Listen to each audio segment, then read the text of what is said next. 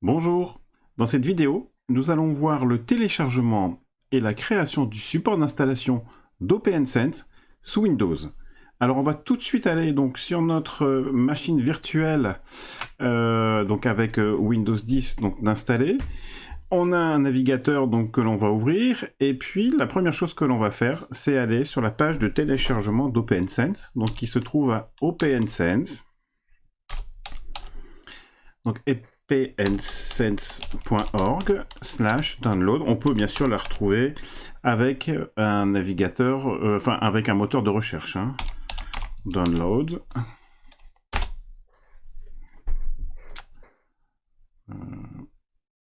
Voilà, donc ça va venir. Donc on arrive donc bien sur la page qu'on a vue dans la cadre de la présentation initiale. Alors l'architecture, eh bien c'est très simple, hein. On a vu qu'il n'y en avait qu'une seule depuis la version donc 20.1, donc depuis 2020, c'est la MD64, et ensuite on va avoir les différents types d'images. Donc la première image que l'on va télécharger, ce sera l'image donc DVD, donc je vous rappelle, Nano c'est pour installer sur clé USB ou carte SD ou compact flash. DVD c'est pour j'ai créé un DVD et on va pouvoir accéder donc à l'installateur d'OPNsense via une carte graphique en VGA. VGA, c'est pour pouvoir créer une clé bootable, une clé USB bootable et comment accéder à OPNsense via une carte graphique toujours en VGA. Et Serial, c'est pour créer une clé USB bootable, mais par contre, on accédera prioritairement à OPNsense via le port série.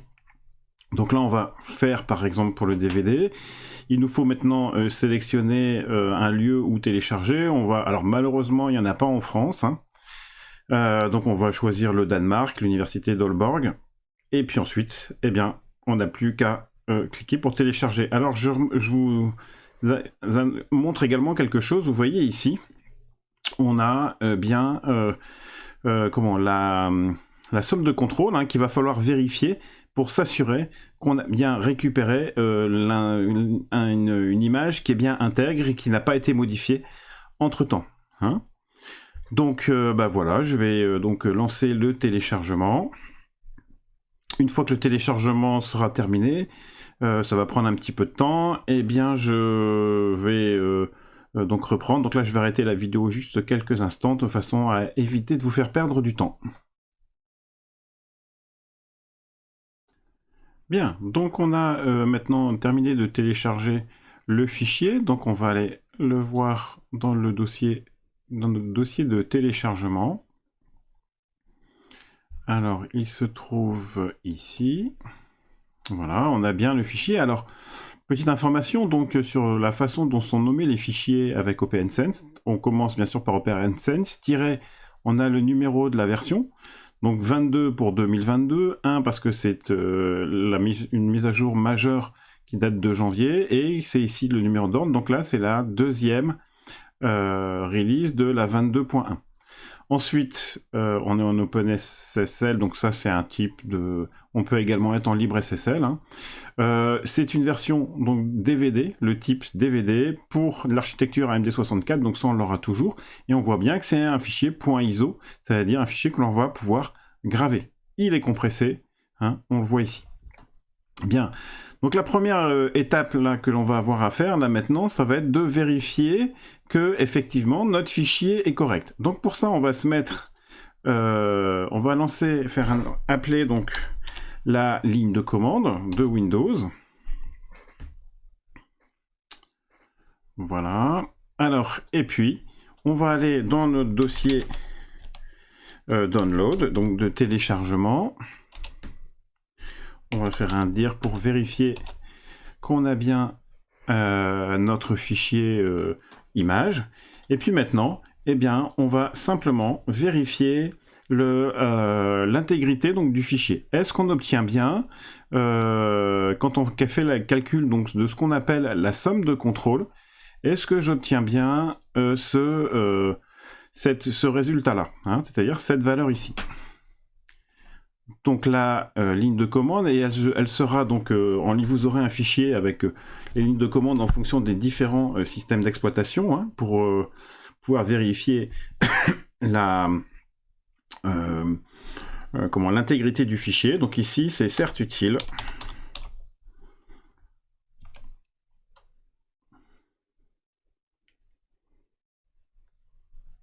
Alors c'est un petit peu long.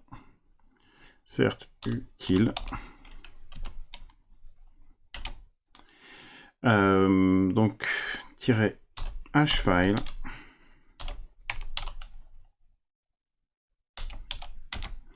notre fameux fichier OpenSense et puis on lui dit qu'on a utilisé le SHA 256 pour calculer la somme de contrôle. Voilà, on lance le calcul et donc on a juste maintenant alors là, c'est terminé. Donc la commande s'est terminée correctement. Et on voit bien que, eh bien, si on compare les deux valeurs, celle-ci et puis celle qui se trouve en dessous, eh bien, ce sont bien les mêmes. Donc on est certain, là, maintenant, qu'on a bien téléchargé le bon fichier, qu'il n'a pas été récupéré par quelqu'un pour être modifié, hein, puisqu'on obtient bien le même résultat. Voilà, donc ça, c'est la première chose. Maintenant qu'on a ça, eh bien, en fait, on va décompresser notre fichier. Donc ça je vais plus en avoir besoin maintenant. Alors pour le décompresser, moi je l'ai déjà installé sur la machine, mais sinon je vous invite à télécharger donc le fichier 7-zip hein, et à l'installer. Donc vous allez sur le site 7-zip.org/download.html, hein, vous l'aurez dans la description ici de la formation. Et vous téléchargez selon la version que vous avez. Donc ici, on chargerait le fichier donc pour un Windows 64 bits, puisque c'est ce que j'ai ici. Bien, une fois qu'on a ça, qu'on l'a téléchargé, qu'on l'a installé, bon là je vais passer un peu ces étapes-là parce qu'elles sont un petit peu classiques, hein, présentent pas grande difficulté, et bien on va simplement faire un clic droit, on a le 7-zip qui est installé, et puis on va extraire ici les fichiers. Voilà, donc ça c'est en train d'être décompressé. Je vais arrêter, puis on reprendra quand tout sera terminé pour éviter de vous faire perdre du temps d'attente. Voilà, donc maintenant que la décompression donc est terminée, eh bien on voit qu'on trouve bien donc ici deux fichiers, notre fichier compressé et puis le fichier .iso, donc que l'on a ici pour créer notre DVD. Et bien maintenant, si on veut créer le support, puisque là c'est pour un DVD, il nous suffit tout simplement de faire un clic droit, de cliquer sur graver l'image disque. Hein. Alors, ici, dans mon cas, je n'ai pas de lecteur puisque je suis sur une machine virtuelle que j'en ai pas créée. Mais là, vous sélectionnez votre lecteur. Je vous invite quand même à vérifier le disque après la gravure. Et vous cliquez sur graver. Et donc, vous récupérez un DVD avec l'image d'OpenSense prête à être installée. Voilà, donc ça c'est pour le type d'image, donc DVD. Donc maintenant nous allons voir comment créer une clé USB bootable. Alors pour ça, il faut revenir donc sur le site de téléchargement d'OpenSense. Et puis au lieu de sélectionner DVD, on va prendre le type d'image VGA. On reste sur l'université d'Aalborg et puis on télécharge notre fichier. Donc là, une nouvelle fois, je vais arrêter le téléchargement de façon à gagner un peu de temps. Hein, ça sert à rien de regarder juste le téléchargement se dérouler. Voilà, donc le téléchargement c'est terminé. On va donc maintenant aller dans notre dossier téléchargement et on voit donc qu'on a un fichier supplémentaire qui se trouve donc ici, qui est VGA. On va donc maintenant vérifier donc l'intégrité de notre fichier. Donc on relance la commande, la ligne de commande, on retourne sur l'invite de commande, donc de Windows. On retourne dans notre dossier Downloads. On vérifie qu'on est bien dedans et qu'on a bien notre fichier qu'on vient de télécharger. Je le retrouve donc ici, hein, VGA-AMD64. Et donc, je n'ai plus qu'à relancer la commande pour calculer la somme de contrôle. Donc, certes utile, -hfile. Ça veut dire qu'on veut calculer le hachage en SHA 256, donc du fichier qu'on vient de télécharger, donc qui est OPNSense. Alors, ce n'est pas celui-là, mais -VGA. Voilà, et que c'est du SHA 256. Voilà, on lance le calcul. Voilà, donc la commande s'est terminée correctement. Et là, on va pouvoir vérifier la somme de contrôle. On va pouvoir faire cette vérification et on observe qu'on obtient bien le même résultat. Donc c'est bon, on a le bon fichier.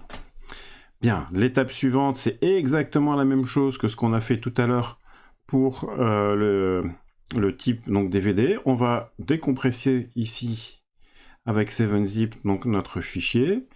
On va juste le faire extraire ici. Voilà, donc là je vais encore une fois arrêter pour éviter de passer trop de temps. Bien, donc ça y est, on a maintenant donc dézippé complètement donc, notre fichier image VGA. Et maintenant, ce qu'il va falloir, c'est créer donc un support, c'est-à-dire une clé USB bootable. Donc maintenant, nous allons voir donc, comment créer une clé USB bootable donc, à partir de Windows. Donc ici, il faut aller déjà télécharger donc, une application qui s'appelle donc USB Image Tool. Donc on peut la retrouver donc, ici sur le site alexpage.de. Voilà, donc on accède directement à la page de téléchargement, et puis ici, vous téléchargez le fichier. Je ne vais pas le faire puisque moi, j'ai déjà téléchargé cet applicatif sur mon ordinateur. Donc ici, je m'en vais dans le dossier donc, de téléchargement. J'ai récupéré donc un fichier compressé que j'ai décompressé, USB IT, et ensuite, quand je vais dessus, eh ben, j'ai bien l'application. Donc ici, il faut la démarrer en tant qu'administrateur. Donc on fait un clic droit pour exécuter en tant qu'administrateur donc l'application. On valide, bien sûr. Et puis ici, on tombe directement donc, sur l'outil donc, pour flasher notre clé USB, qui apparaît ici, hein, donc sur le côté. Je la sélectionne, j'ai deux possibilités, là soit je restore, soit je backup. Alors backup, en fait, ça va être plutôt pour récupérer une clé et pour en créer un fichier image. Par contre, restore, c'est pour réécrire une image directement sur la clé USB. Donc bien sûr, nous, c'est cette option-là qui nous intéresse. Donc on fait un restore. Maintenant, on va aller récupérer un fichier image. On a notre fichier OPNSense, donc VGA, qui est un fichier image. Je demande pour l'ouvrir, on m'annonce, attention, on me demande de confirmer qu'on va bien vouloir restaurer donc, cette image. On valide, oui, et puis voilà, donc maintenant on a donc le flashage donc, de la clé USB qui est lancé. Hein, et donc dans quelques minutes, on aura donc une clé USB bootable avec OPNSense. Donc voilà, on a vu donc en fait dans cette vidéo comment récupérer un fichier, une image donc d'OPNSense, vérifier bien sûr l'intégrité de cette image, la décompresser, et puis donc maintenant, eh bien en fait créer cette clé USB bootable. Bon, on va pas aller plus loin dans cette vidéo, hein, puisque là on a, il n'y a plus qu'à attendre que le flashage soit terminé. Voilà, eh bien, écoutez, je vous dis à bientôt. Au revoir.